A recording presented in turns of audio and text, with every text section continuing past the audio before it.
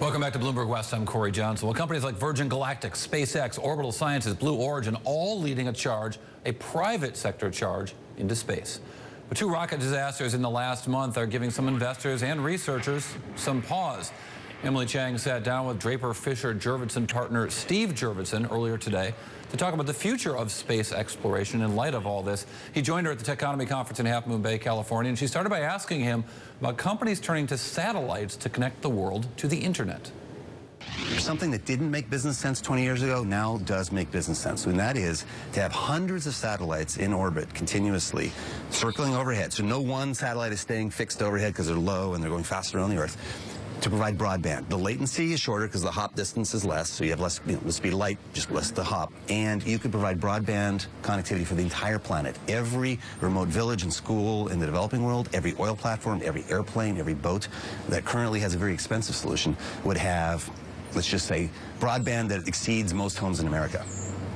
And it would be dirt cheap. Who wins? Google, Facebook, Elon? Well, they all win if someone provides it and it's net neutral. Meaning, if you can, and all these companies would agree with us, that if somebody can provide a pipe, if you think of it that way, to the home and to every village that's independent of the cellular companies, that's independent of the cable companies, it's just a third way to get to everybody.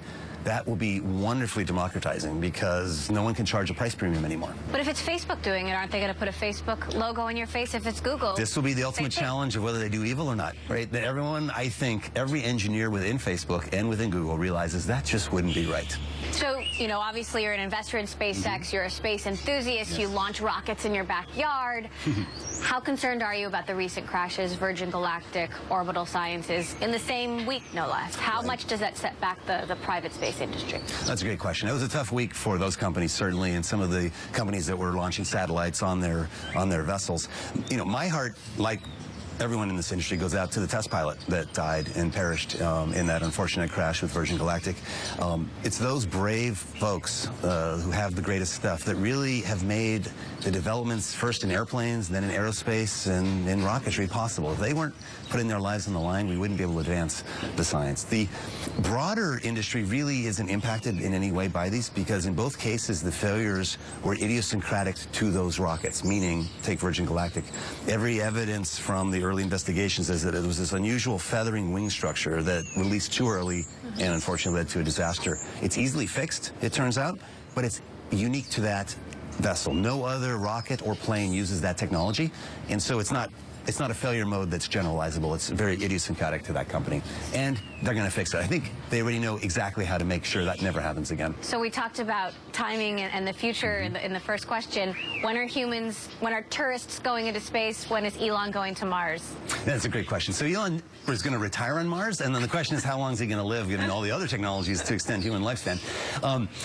I believe you're going to have, well, you already have some tourists, but they're paying a very high price and they're flying on Russian vessels. There is a trajectory within a number of U.S. companies to provide access to real space, going in orbit around our planet easily within the next 10 years, and then to Mars in the next 20 or so years. Some would say longer, some would say earlier, based on how they're handicapping the likely pace of progress.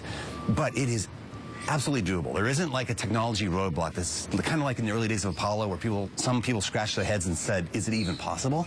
It is absolutely possible, and the longer you wait this time around, the safer and cheaper it gets. Eventually to be no more expensive than flying an airplane.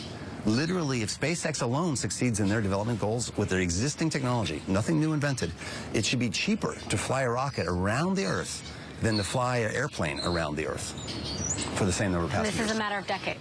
Oh yeah, in fact, decade for that.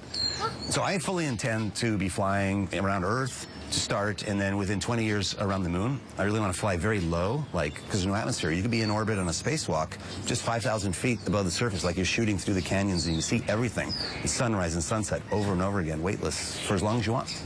And that actually is going to be accessible and affordable to just about anyone who dreams big and wants to make it as an entrepreneur and have that as a life's ambition. Have you been to space yet? No, I've been in zero gravity, weightless in the airplane that does the parabolas. And so I love weightlessness. It's a lot of fun, but the views and the photography up there, breathtaking. All right, that was actually a fireside chat with Draper Fisher Jurvetson partner Steve Jurvetson and Emily Chang.